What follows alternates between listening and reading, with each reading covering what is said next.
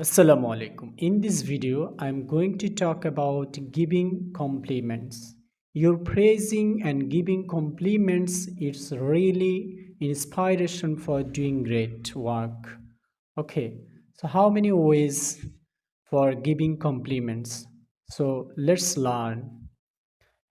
Well done. আমরা বলতে পারি well done. I appreciate your work. I appreciate your work. তারপরে বলতে পারি I am proud of you. I am proud of you. যে তোমাকে নিয়ে আমি গর্বিত। তোমার ব্যাপারে আমি গর্বিত। অথবা আমরা বলতে পারি I am glad to hear that.